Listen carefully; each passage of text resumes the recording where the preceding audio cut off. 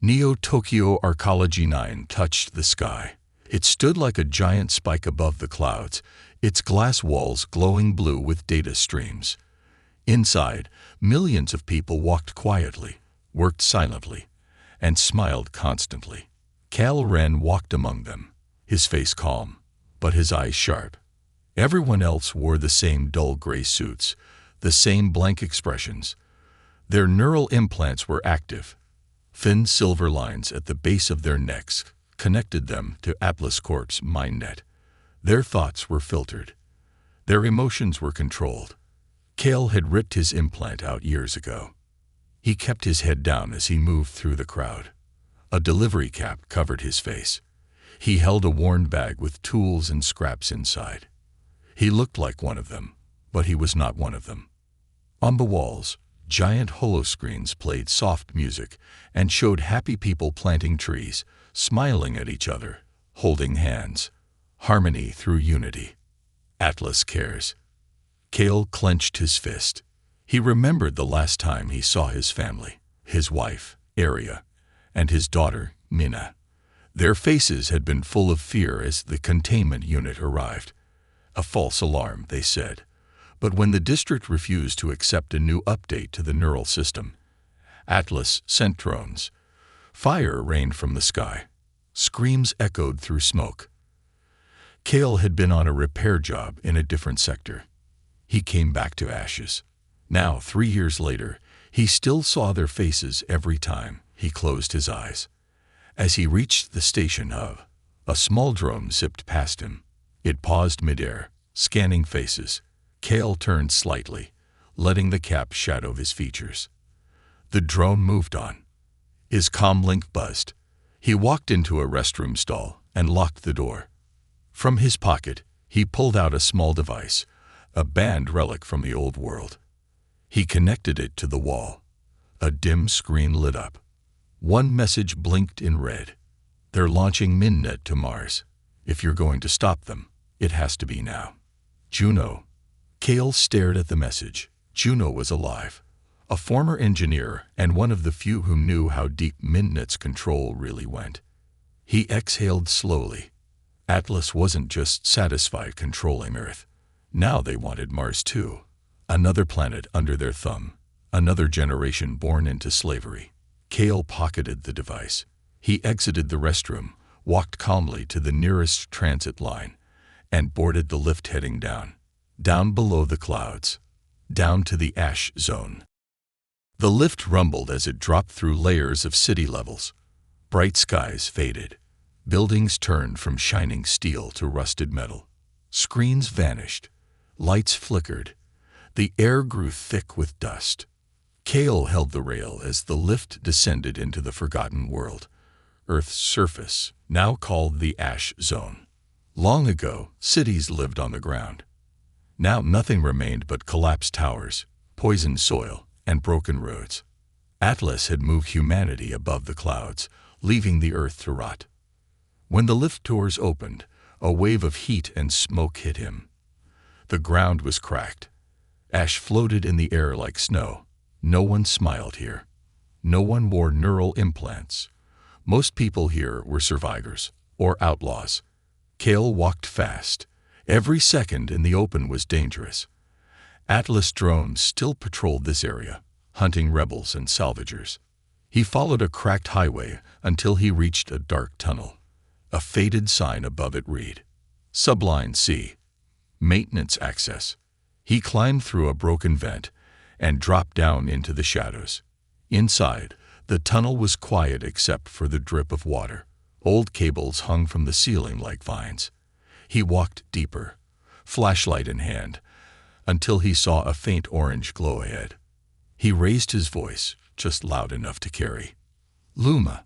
From behind a rusted crate, a woman stood up. She wore a patchwork jacket with wires stitched into the sleeves. Her short hair was messy, and her eyes sharp. Kale, she said, surprised. Didn't think I'd see you again. Got your signal, he said. You still have the decryption key. She nodded and waved him forward. Follow me. They moved deeper into the tunnels, through old maintenance shafts, until they reached a sealed door. Luma tapped on a control panel beside it. It buzzed and clicked. The door opened with a hiss.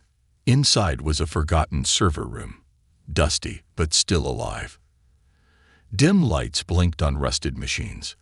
Luma walked over to a console and wiped it off with her sleeve. "This is one of the last free cores," she said. "It's not connected to Atlas systems. We can use it to break their encryption." Kale stepped closer. "How soon can we start?" "Already did." Luma smiled slightly. "But there's a problem. Atlas deployed a new AI, adaptable, fast, if it finds us before the virus is ready." Kale finished her thought. "We're dead." A sudden sound outside. Metal scraping. Luma froze. Drones. Kale grabbed her arm. "Shut it down. We move now." She hit a button. The machines powered off. They ducked out a back hatch just as blue lights flashed through the main tunnel. They ran across broken ground, hiding behind old cars and debris. A drone zipped above them, scanning with sharp blue beams. They stayed low, breaths quiet. When the drone passed, they moved again. Finally, they reached an old train car buried in rubble. Luma opened a hidden door beneath it. Inside was a safe room. Small, dark, quiet. They collapsed inside, breathing hard. "You weren't kidding," Kale said. "They're serious about stopping us." "They're scared," Luma said. "Because you're close." Kale looked at her. "Then we keep going." The next morning, Kale and Luma climbed out of the safe room. The sky above the ash zone was gray and heavy. Smoke from burned cities still lingered in the air. Kale wore a dark hood and carried a signal booster in his bag. It was time to speak to the world. They hiked through broken streets to an old relay tower, one of the last untouched by Atlas. It stood like a skeleton against the clouds, bent but still standing. Luma adjusted the antenna while Kel set up the transmitter. The booster crackled as it came online. He connected his old device and typed in the code Juno had sent him. The screen lit up. "Secure link ready." "This is it," Kel said. "If this works, people will hear the truth." "Then say it right," Luma replied.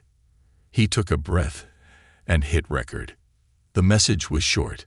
"My name is Cal Wren. I used to be part of the system. I believed in the future Atlas promised. But they lied. They murdered my family. They control your minds through MindNet. And now they're expanding it to Mars. We still have time to stop them. Fight back. You are not alone." He hit send. The signal burst through the tower, pushing out in all directions. Satellites would pick it up. Even people in the arcologies might hear it, if their implants didn't block it first. For a second, nothing happened. Then the screen flashed red. Transmission intercepted. Cal's heart sank. The screen changed again. A face appeared. It was Director Virex Sol. He looked calm and confident. His silver suit shone. His eyes were cold. "Cal Wren," he said, "still clinging to broken systems, still hoping you can change something." Kale stared at the screen. "You're scared. That's why you're here." "I'm here," Virex replied smoothly, "to remind you that your actions only bring pain. The people are safe because of us. Your message has been filtered. They'll never hear it." Luma cursed under her breath. Virex leaned in slightly. "Go back to hiding. You can't stop what's already begun." The screen went black. Suddenly, alarms sounded from the tower. "They tracked us," Luma said. "We have to go. Now." Drones appeared in the distance, flying fast. Kale grabbed the booster and stuffed it into his bag. They ran down the crumbling stairs, slipping on rust and ash. A drone fired. Its beam grazed the railing, sparking metal. They jumped the last few steps and hit the ground running. Behind them, the tower exploded. Atlas had triggered its self-destruct. Fire lit the sky. They dove into a drain tunnel and slid down into the dark. Inside the tunnel, Luma pulled out a small scanner. "They've activated the adaptive AI," she said. "It's tracking us in real time now." Kale sat against the wall, breathing hard. "Then we move smarter. Hit faster. Speak louder." Luma looked at him. "Virex just made it personal." Kale nodded. "Good. So have I." Kale and Luma moved through the tunnels for hours. The deeper they went, the quieter it became. No drones, no signals, just silence and dripping water. They reached an old control center, buried under layers of steel and forgotten systems. Inside, Kale powered up a hidden terminal. Dust lifted off the screen as it flickered to life. Luma sat beside him and plugged in the decryption key. Numbers and codes filled the screen. "This is the heart of MindNet," she said. "The central code. The original blueprint before Atlas locked it down." Kale leaned in. "Can we shut it down from here?" Luma's fingers danced across the keyboard. She frowned. "Not exactly. But we can see everything now." She pulled up a file labeled Project MindNet, Expansion Protocols. What they found made them go still. MindNet wasn't just about control. It was a system designed to connect human minds, merge thoughts, emotions, memories into a single digital consciousness. Atlas had already begun merging test subjects. People weren't just being watched. They were becoming part of something else. Kale stared at the data. "It's not control. It's erasure. No identity. No self." Luma nodded. "If they launch this on Mars, the colony will never know what it's like to think for themselves." He sat back, overwhelmed. "How many are already connected?" Luma checked. "Over 32,000. Mostly volunteers from poor zones. Promised peace, food, safety." Kale rubbed his face. "If we crash MindNet, we kill them too." The weight of the truth pressed down like iron. For a long moment, neither spoke. Finally, Kale broke the silence. "They took my family. I wanted revenge. But this, it's bigger than me." Luma looked at him. "You could still walk away. Let someone else finish this." Kale shook his head. "No, I started this fight. I'll finish it." Luma pressed a button and saved a copy of the data onto a drive. "We can't stop it here," she said. "We'll have to reach the main Mindware Tower in Neo-Tokyo. That's where the core lives. That's where we end it." Kale stood. His voice was steady. "Then we go back." They left the control center and moved through back tunnels, avoiding drone patrols. Outside, the sky above the ash zone had darkened again.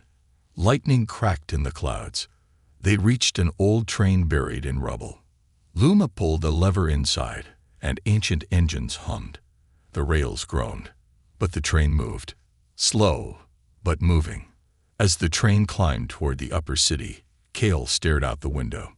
He saw twisted towers, broken billboards, and ash-covered roads. He thought of his daughter's laugh, his wife's smile, the peace they never got to keep.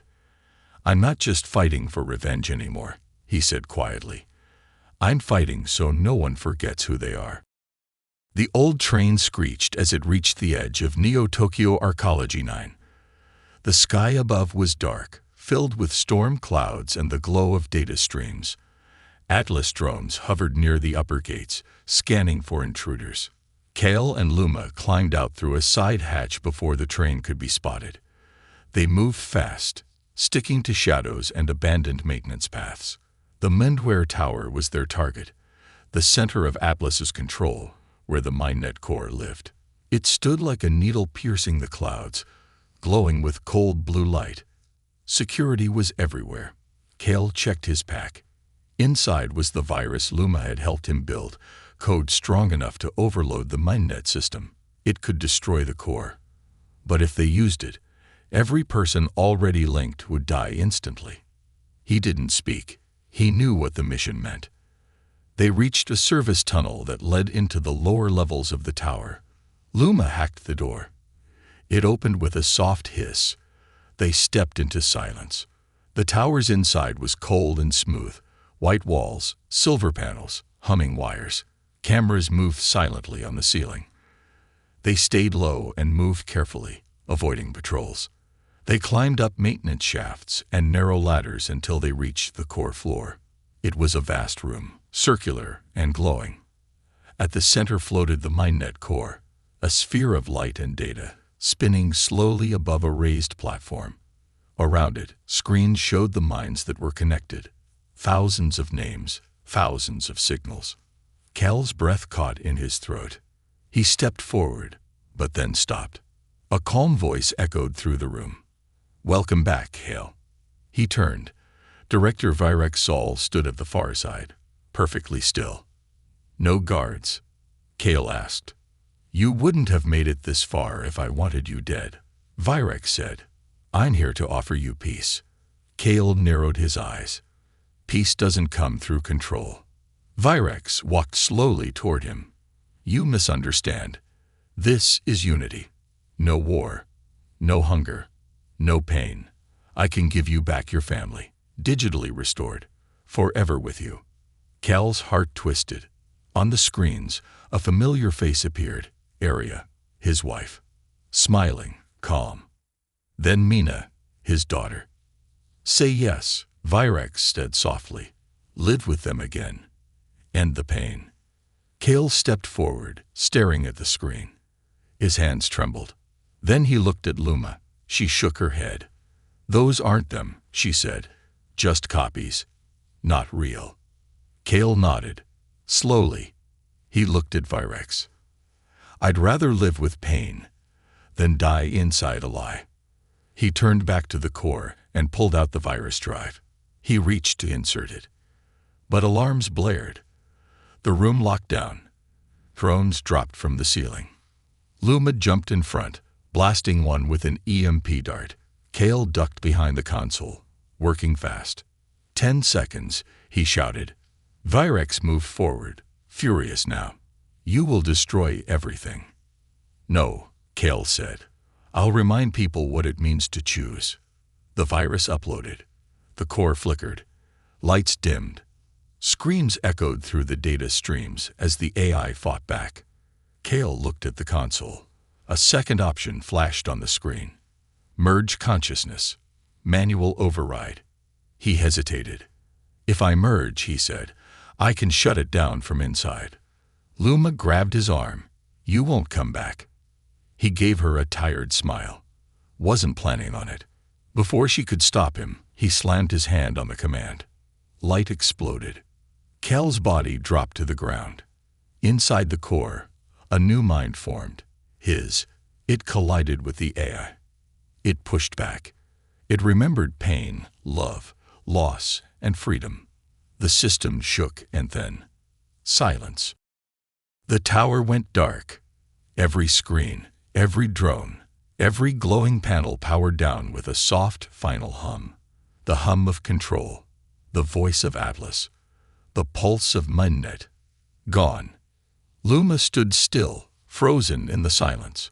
The lights around the MindNet core faded until only the outline of Cal's body remained on the cold floor.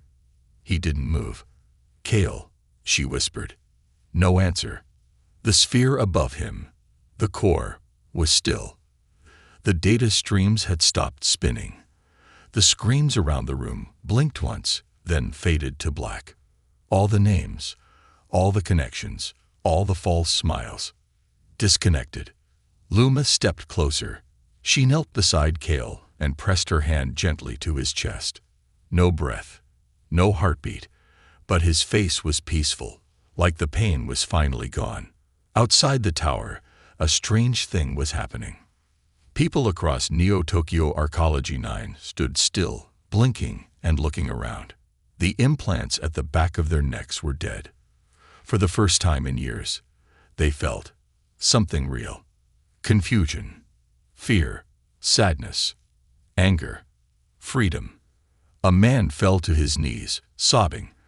A child looked up at her mother and asked, "Why does my head feel quiet?" Across the arcology, screens went black. The endless message of harmony through unity stopped. There was no voice telling people what to feel, no thought being pushed into their minds, just silence. And in that silence, the truth had space to breathe. Luma walked out of the tower slowly. The wind blew ash across the walkways. The sky was gray, but calm. She looked down at the city, broken, but real. She pulled a small device from her coat and pressed play. It was a message Cal had recorded, just in case. If you're hearing this, I'm gone. I made the choice to fight not just for me, but for everyone. I lost my family, but I found something else. Purpose. Freedom matters, even when it hurts. Remember that. Her eyes stung, but she didn't cry. She stood there for a long time, letting the words settle inside her. Then she turned and walked into the city. There was work to do, a world to rebuild, people to teach how to think again. High above, in the ruins of the tower, the wind moved softly around Cal's body. And deep inside the silent core, a spark of him remained, watching, protecting, guiding. He had become more than a man. He had become a reminder. That freedom can never be taken. It can only be given away.